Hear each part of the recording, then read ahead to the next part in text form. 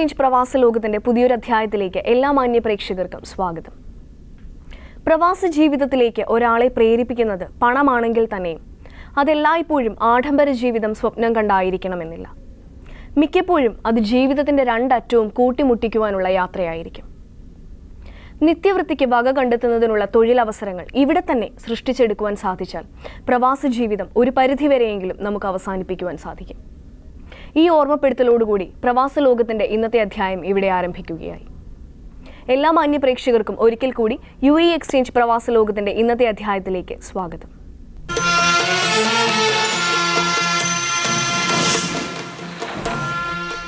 നവോദയ സാംസ്കാരിക വേദി കൊതിരിയ സൗത്ത് മുൻ യൂണിറ്റ് അംഗവും തൃശൂർ ജില്ലയിലെ കൊടുങ്ങല്ലൂർ സ്വദേശിയുമായിരുന്ന TA അഹമ്മദിന്റെ കുടുംബത്തിനായി സ്വരൂപിച്ച സാമ്പത്തിക സഹായം കൊതിരിയയിൽ കൂടിയ ജനകീയ കമ്മിറ്റിയിൽ വെച്ച് അഹമ്മദിന്റെ ഭാര്യ പിതാവായ അബ്ദുൾ ജബ്ബാറിന് കൈമാറി. കിഡ്നികൾ രണ്ടും തകരാറിലായ ഇദ്ദേഹത്തിന് നാട്ടിലേക്ക് പോകാനുള്ള വിമാന ടിക്കറ്റും ചികിത്സാ ചെലവും നൽകി നവോദയ കൊതിരിയ യൂണിറ്റ് അദ്ദേഹത്തെ നാട്ടിലേക്ക് അയക്കുകയായിരുന്നു. ചികിത്സയിൽ ഇരിക്കുമ്പോഴും ഭാര്യയും പഠിക്കുന്ന 2 ആൺകുട്ടികളും അടങ്ങുന്ന കുടുംബത്തെ സംരക്ഷിക്കാനായി നാട്ടിൽ ജോലിക്ക് പോയിരുന്നു. 2014 ഫെബ്രുവരി 12 അഹമ്മദ് മരണത്തിന് കീഴടങ്ങി.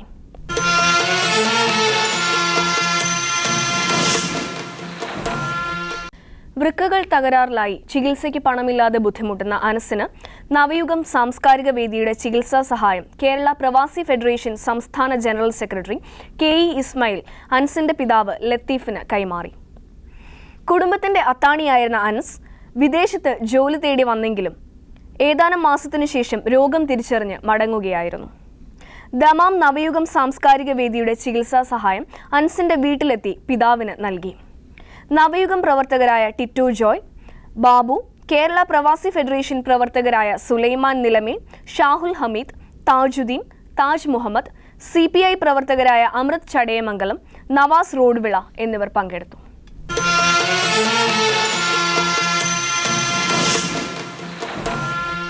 ബുറൈദ സ്വദേശിയായ യുവാവ് വാഹനാപകടത്തിൽ മരണമടഞ്ഞ സംഭവത്തിൽ കോടതി വിധിച്ച ദിയാധനവും വാഹന നഷ്ടപരിഹാര തുകയും ഉൾപ്പെടെ 3,40,000 പരം റിയാൽ നൽകാൻ കഴിയാതെ 1 വർഷത്തിലേറെയായി ബുറൈദ സെൻട്രൽ ജയിലിൽ കഴിയുന്ന പാലക്കാട് സ്വദേശി പ്രമോദിന്റെ മോചനം അനന്തമായി നീളുന്നു. മോചനം കാത്തിരുന്നതിനിടെ ഇദ്ദേഹത്തിന്റെ പിതാവ് മനം നൊന്ത് മരണപ്പെടുകയും ചെയ്തു. റോഡ് സൈഡിൽ നിർത്തിയ തന്റെ വാഹനത്തിൽ എതിർദിശയിൽ നിന്നും അതിവേഗതയിൽ വന്ന സ്വദേശി യുവാവിന്റെ വാഹനം വന്നിടിച്ചതിനെ തുടർന്നുണ്ടായ അപകടത്തിൽ സ്വദേശി സംഭവസ്ഥലത്ത് വെച്ച് മരണപ്പെടുകയും പ്രമോദിന് ഗുരുതര പരിക്കുകൾ സംഭവിക്കുകയുമായിരുന്നു. പ്രമോദ് ഓടിച്ചിരുന്ന കമ്പനി വാഹനത്തിന് ഇൻഷുറൻസ് ഇല്ലാതിരുന്നതും ഇടിയുടെ ആഘാതത്തിൽ ദിശ തിരിഞ്ഞതും വിനയായി തീർന്നു. പ്രമോദിനെ മോചിപ്പിക്കാൻ ആദ്യഘട്ടത്തിൽ ബുറൈദയിലുള്ള സാമൂഹിക പ്രവർത്തകർ ചില ശ്രമങ്ങൾ നടത്തിയിരുന്നുവെങ്കിലും ഭീമമായ തുക കണ്ടെത്തുക അസാധ്യമായതിനെ തുടർന്ന് ശ്രമങ്ങൾ വിഫലമാവുകയായിരുന്നു.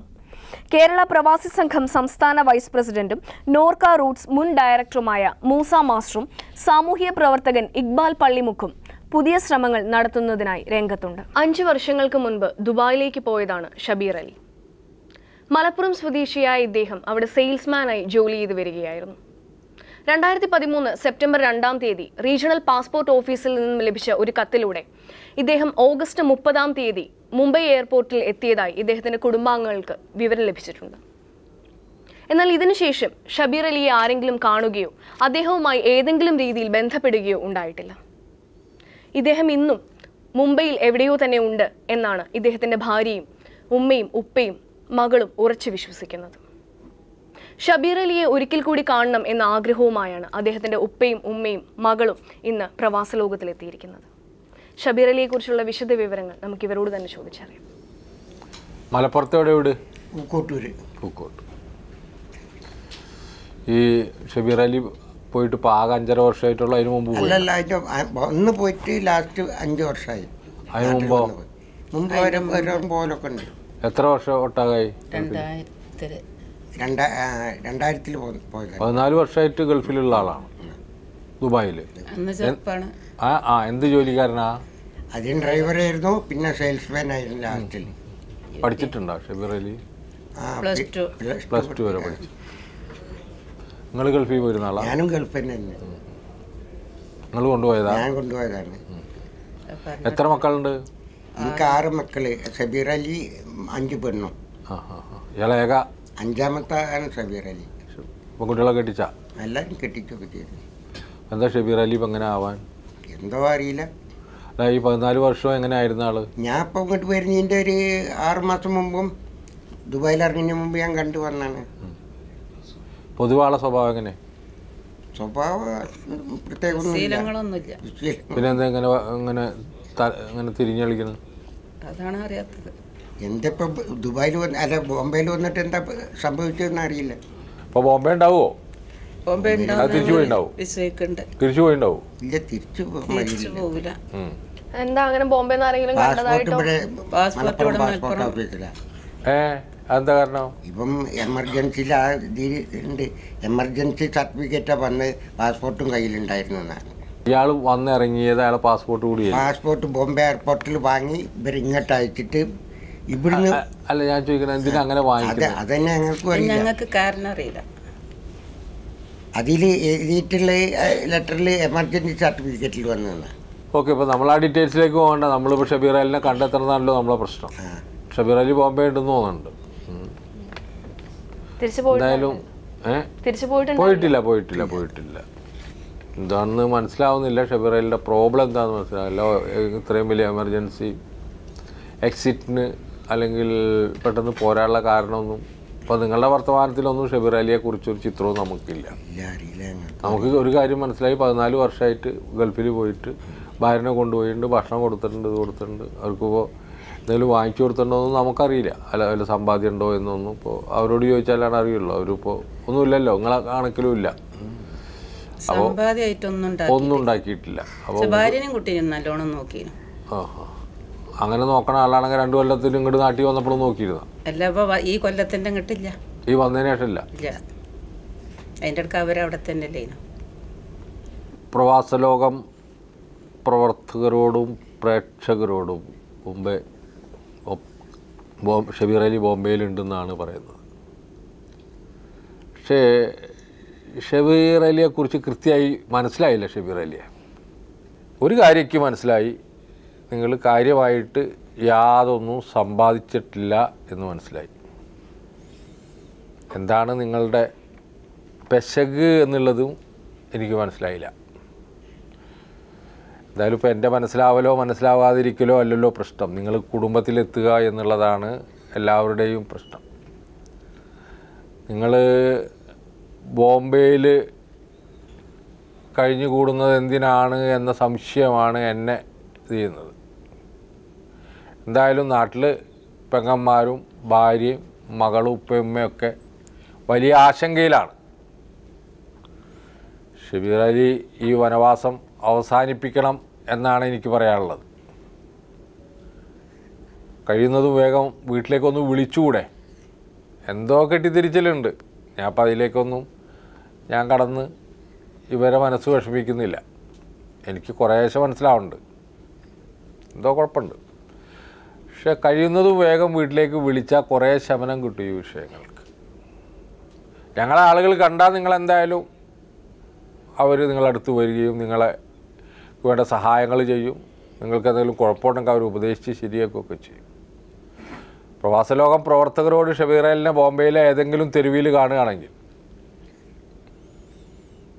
അദ്ദേഹത്തെ നാട്ടിലെത്തിക്കാനുള്ള പരിശ്രമങ്ങളിൽ നിങ്ങൾ ഏർപ്പെടണം എന്നാണ് എനിക്ക് അഭ്യർത്ഥിക്കാനുള്ളത്. ഷബീർ അലിൻ്റെ മോള് വന്നിട്ടുണ്ട്. ഭാര്യ ക്യാമറയ്ക്ക് പുറത്തുണ്ടെന്നാണ് അല്ലേ? ക്യാമറയ്ക്ക് പുറത്തുണ്ട്. അപ്പോൾ അവരെന്താണ് ഇരിക്കാഞ്ഞത് എന്ന് എനിക്കറിയില്ല.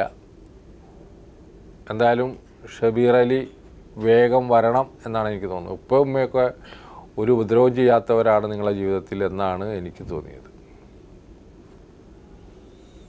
അവർക്കുള്ള ഏക മകനാണ് നിങ്ങൾ. നിങ്ങൾക്ക് അത്ര വലിയൊരു പ്രാരാബ്ദം ഉണ്ടെന്ന് എനിക്ക് തോന്നിയില്ല. നിങ്ങൾക്ക് ഇനി ഒരു വലിയ വീടോ അല്ലെങ്കിൽ ഇതൊന്നും കെട്ടിപ്പടുക്കേണ്ടതില്ല. നിങ്ങൾക്കൊരു വീടും സ്ഥലമൊക്കെ ഉണ്ട്. അപ്പോൾ ഷബീർ അലി കഴിയുന്നതും വേഗം നാട്ടിലെത്തണം എന്നാണ് എനിക്ക് അഭ്യർത്ഥിക്കാനുള്ളത്. എല്ലാവരും കാത്തിരിക്കലോ, ഒന്ന് വാ. ഞങ്ങളെന്താ സഹായം ചെയ്യുന്നുണ്ടെങ്കിൽ ചെയ്യാം. ഇത്രയേ ഇപ്പോൾ പറയേണ്ടതുള്ളൂ എന്ന് എനിക്ക് തോന്നുന്നു. വരാൻ പറഞ്ഞു. മോളെന്താ പറയണേ? ഉറക്കനെ പറ. ആ ഉറക്കനെ പറ. ഉറക്കം പറ. ആ എളുപ്പം പേര് 2012 ജൂൺ 18 കാസർഗോഡ് സ്വദേശി വസന്തൻ ദുബായിലേക്ക് ജോലി അന്വേഷിച്ച് പുറപ്പെടുന്നത്. വിസയുടെ കാലാവധി തീർന്നിട്ടും ഒരു ജോലി കിട്ടുമെന്നുള്ള പ്രതീക്ഷയിൽ അവിടെ തന്നെ പിടിച്ചു നിൽക്കുകയായിരുന്നു ഇദ്ദേഹം. എന്നാൽ ഇന്ന് വസന്തൻ ജയിലിലാണ്. നാട്ടിലേക്ക് തിരിക്കാനുള്ള ഒരുക്കത്തിനിടയിൽ ഇദ്ദേഹത്തിൻ്റെ പേരിൽ മറ്റൊരാൾ പാസ്പോർട്ടും വിസയും സംഘടിപ്പിച്ച് ഒരു ചെക്ക് കേസിൽ പെടുത്തുകയായിരുന്നു. ഇദ്ദേഹത്തിൻ്റെ തിരിച്ചുവരവും പ്രതീക്ഷിച്ചാണ് ഭാര്യ സുമതിയും മക്കളും അദ്ദേഹത്തിൻ്റെ അച്ഛനും അമ്മയും ഇന്ന് പ്രവാസ ലോകത്തിലെത്തിയിരിക്കുന്നത്. വസന്തനെക്കുറിച്ചുള്ള വിശദ വിവരങ്ങൾ നമുക്ക് ഇവരോട് തന്നെ ചോദിച്ചറിയാം. വസന്തൻ എന്ത് ജോലിയാണ്? നാട്ടില് കൂലിപ്പണിയായിരുന്നു. കൂലിപ്പണി. പിന്നെ മുമ്പ് ബഹ്റൈനിലുണ്ടായിരുന്നു. അതിന് അവിടുന്ന് ഒരു ആക്സിഡൻ്റ് ആയിട്ട് അസുഖമെല്ലാം കൊണ്ട് തിരിച്ച് നാട്ടിലേക്ക് തന്നെ വന്നു 2011. പിന്നെ വിസേൻ്റെ കാലാവധി കഴിഞ്ഞതും കൊണ്ട് തിരിച്ച് അങ്ങോട്ട് പോകാൻ വേണ്ടി പറ്റിയിട്ടില്ല. അതുകൊണ്ടാണ് പിന്നെ ജോലി അന്വേഷിച്ച് വിസിറ്റിംഗ് വിസയിൽ ദുബൈക്ക് പോയത്. അവിടുന്ന് വിസേൻ്റെ കാലാവധി കഴിഞ്ഞിട്ടും കുറച്ച് നാൾ കൂടി അവിടെ തന്നെ ജോലി ശരിപ്പെടുന്നില്ല രീതിയിൽ അവിടെ തന്നെ നിൽക്കുകയും അതിനിടയിലാണ് പോലീസ് പിടിയിലായത്. നാട്ടിലേക്ക് വരാനില്ലയിൽ നിൽക്കുമ്പോഴാണ് പോലീസ് പിടിച്ചത്, വിസേൻ്റെ കാലാവധി തീർന്നതും കൊണ്ട്. അവിടുന്ന് ആ ജയിൽ മോചിതനായിട്ട് അതിൻ്റെ കാലാവധിയും കൂടെ കഴിഞ്ഞതിന് ശേഷം വരാനില്ല എല്ലാ തയ്യാറെടുപ്പോടും ജയിലധികൃതർ തന്നെ കയറ്റി വിടാനിലേക്ക് എയർപോർട്ടിൽ വരെ എത്തിയെന്നാണ് പറഞ്ഞത്. അപ്പോഴാണ് പിന്നെ വേറെ കേസും കൂടി ഉണ്ട് എന്ന് പറഞ്ഞിട്ട് ഭർത്താവിനെ ആദ്യം ജയിലിൽ തന്നെ കൊണ്ടുപോയത്. എന്ത് കേസാണ്? ആദ്യമൊന്നും നമുക്ക് എന്ത് കേസെന്നൊന്നും അറിയില്ലായിരുന്നു. പിന്നീടാണ് മനസ്സിലായത് ഇവരെ അഡ്രസ്സ് ഫുള്ളും ഫോട്ടോ വേറെ ആളും വെച്ച് പാസ്പോർട്ട് ഉണ്ടാക്കിയിട്ട് ഇവരെ പേരിൽ ബാങ്ക് അക്കൗണ്ട് തുടങ്ങിയിട്ട് ലോണാക്കി വേറെ ചില കമ്പനികൾക്ക് ചെക്ക് കൊടുത്തിട്ടുണ്ടായിരുന്നു. അപ്പോൾ അദ്ദേഹത്തിൻ്റെ പാസ്പോർട്ട് കയ്യിലില്ലേ? പാസ്പോർട്ട് കയ്യിലുണ്ട്. ആ പാസ്പോർട്ട് കാണിച്ചു കൊടുത്താൽ പോരെ? പാസ്പോർട്ട് കയ്യിലുണ്ടായിരുന്നു സർ. അപ്പോൾ അതിൻ്റെ വിസക്ക് വേണ്ടിയിട്ട് ഇനി വേറെ പാസ്പോർട്ടിൻ്റെ കോപ്പി കൊടുത്തിനോ എന്നുള്ളത് ഒരു ഡ്രൈവിംഗ് അറിയായിരുന്നു. വക്കീലിനെ വെച്ചിട്ടുണ്ടോ അവിടെ? വക്കീലിനെ വെച്ചിട്ടുണ്ട് എന്നാണ് പറഞ്ഞത്. ഇപ്പോൾ കുറേ കേസ് ഉണ്ട് എന്നാണ് പറയുന്നത്. പുള്ളിയില്ല?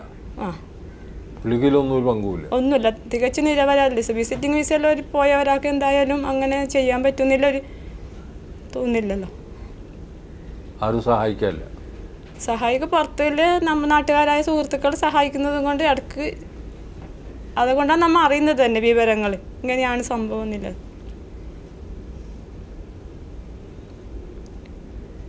എംബസിയിൽ പറഞ്ഞിട്ടുണ്ടായിരുന്നു. എംബസി മുഖാന്തരം ഇപ്പോൾ കോൺസുലേറ്റ് ബന്ധപ്പെട്ട് അവരെ പിന്നെ പാസ്പോർട്ട് ഒറിജിനൽ പാസ്പോർട്ടിൻ്റെ ആൾ തന്നെയുള്ള ഒരു സർട്ടിഫിക്കറ്റ് നമുക്ക് എംബസി മുഖാന്തരം കിട്ടിയിട്ടുണ്ട്.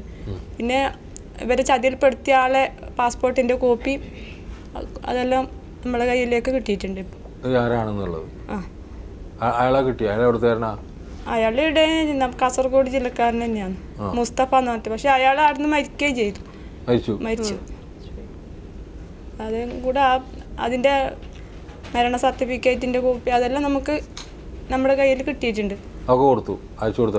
ആ, ആദ്യം പാസ്പോർട്ടിൽ പിന്നെ വിസ തന്നെ ഉണ്ടാക്കിയിട്ടുണ്ട്. ഇത് വ്യാജ പാസ്പോർട്ട് എന്നുള്ള രീതി. അഡ്രസ്സ് ഫുള്ള് എൻ്റെ ഭർത്താവിൻ്റെതും ഫോട്ടോ മാത്രം മറ്റേ അവരത്. എത്ര മക്കളാ? 2 മക്കൾ. പൊതുവെ കുഴപ്പമുള്ള ആളല്ല അല്ലേ? അല്ല, ഇതുവരെ അങ്ങനത്തെ ഒരു കുഴപ്പത്തിനും പോയിട്ടില്ല. നിങ്ങൾക്ക് ജോലി ഉണ്ടോ? ഇല്ല.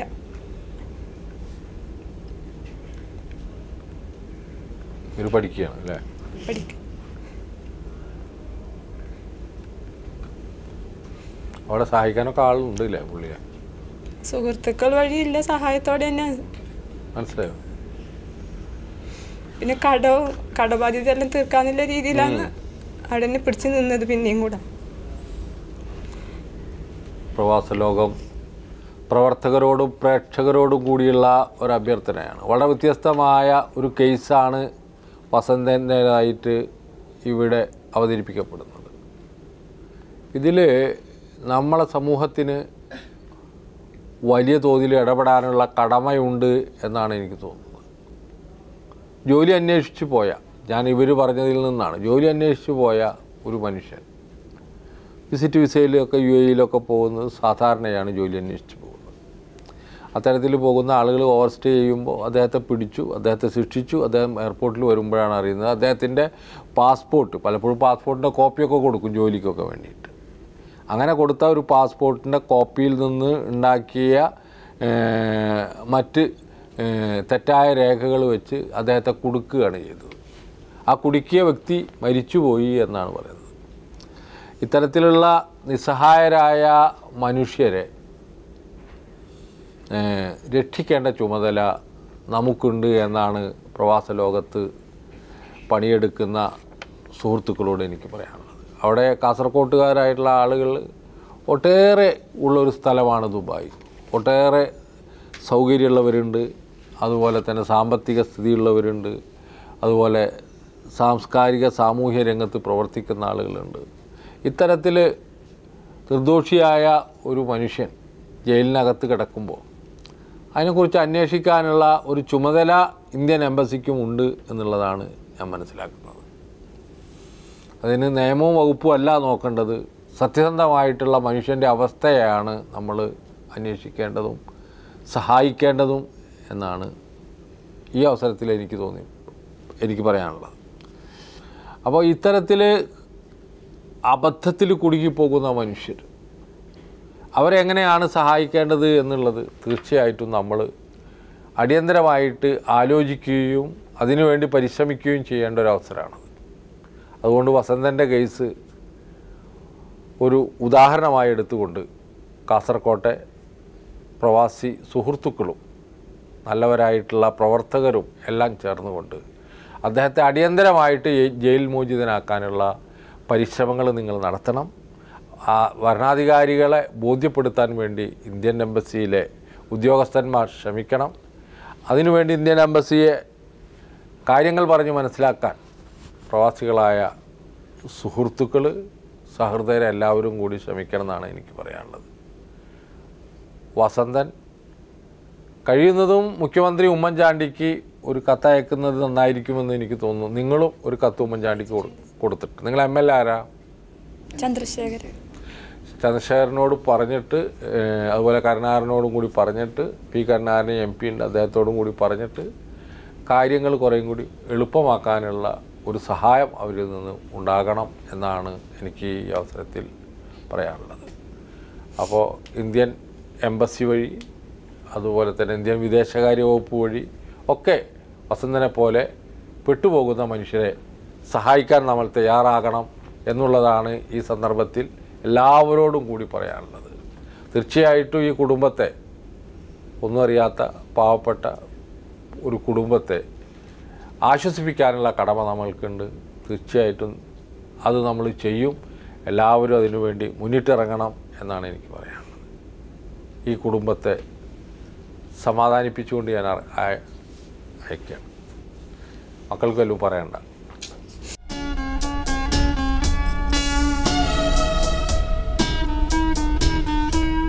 സ്വദേശത്തും വിദേശത്തും കാണാതാകുന്നവരെ കണ്ടെത്തുന്നതിനുള്ള യാത്രയാണ് ഞങ്ങൾ നടത്തുന്നത്.